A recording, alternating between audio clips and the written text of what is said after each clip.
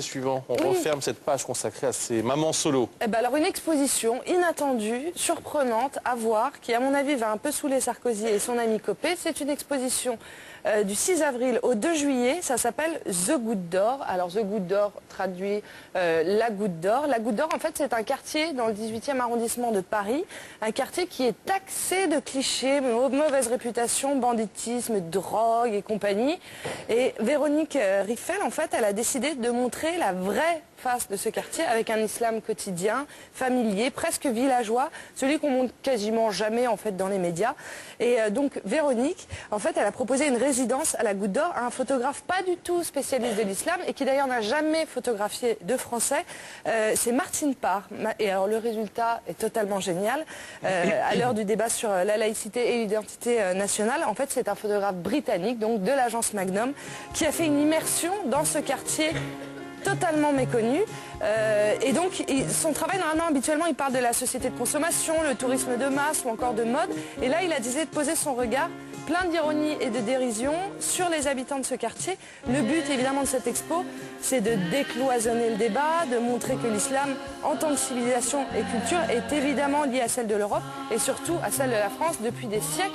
Donc, je suis allée visiter... Mais comment il a atterri là? Il va nous le raconter là maintenant? Eh ben, j'ai rencontré la commissaire de l'exposition qui est allée le chercher, tout simplement. Tout simplement. Aujourd'hui, à l'heure d'un nouveau débat sur l'identité nationale, ou plutôt d'une convention sur la laïcité, qu'est-ce que vous avez voulu faire passer comme message avec l'Institut aujourd'hui? Alors le concours de date est... C'est un hasard, hein.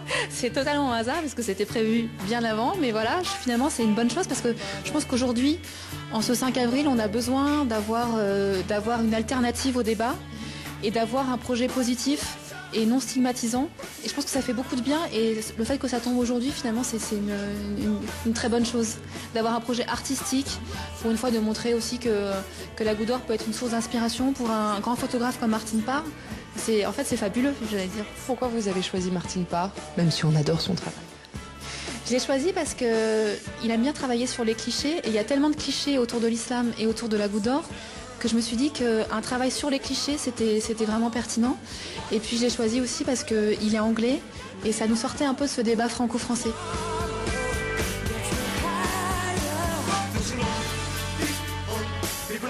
C'est difficile de débarquer comme ça avec un appareil photo, ça se prépare, on explique le projet. Et en fait, les gens ont très bien compris le projet en se disant que justement, ça allait permettre de valoriser le quartier de la Goutte d'Or qui en avait bien besoin. Il a pu travailler tranquillement. Il a pu travailler tranquillement, alors il y avait des endroits où c'était difficile de prendre des photos, mais globalement, voilà, on est devant une photographie par exemple de la prière dans la rue, et c'était pas du tout évident parce que ça c'est vraiment l'endroit le plus photographié et qui est vraiment délicat du coup. Il a pu rentrer à l'intérieur des mosquées, il a même pu prendre des photos de la prière féminine, ça c'est vraiment, comme il le dit lui-même, c'est un scoop, c'est des photos qu'on n'a jamais vues. La semaine dernière, on a organisé une soirée à l'Institut des cultures d'Islam où on a invité tous les gens qui avaient été pris en photo par Martine Parr et on leur a offert un portrait d'eux par Martine Parr. Donc ça devient le quartier de Paris où il y a le plus de collectionneurs récents de Martine Parr.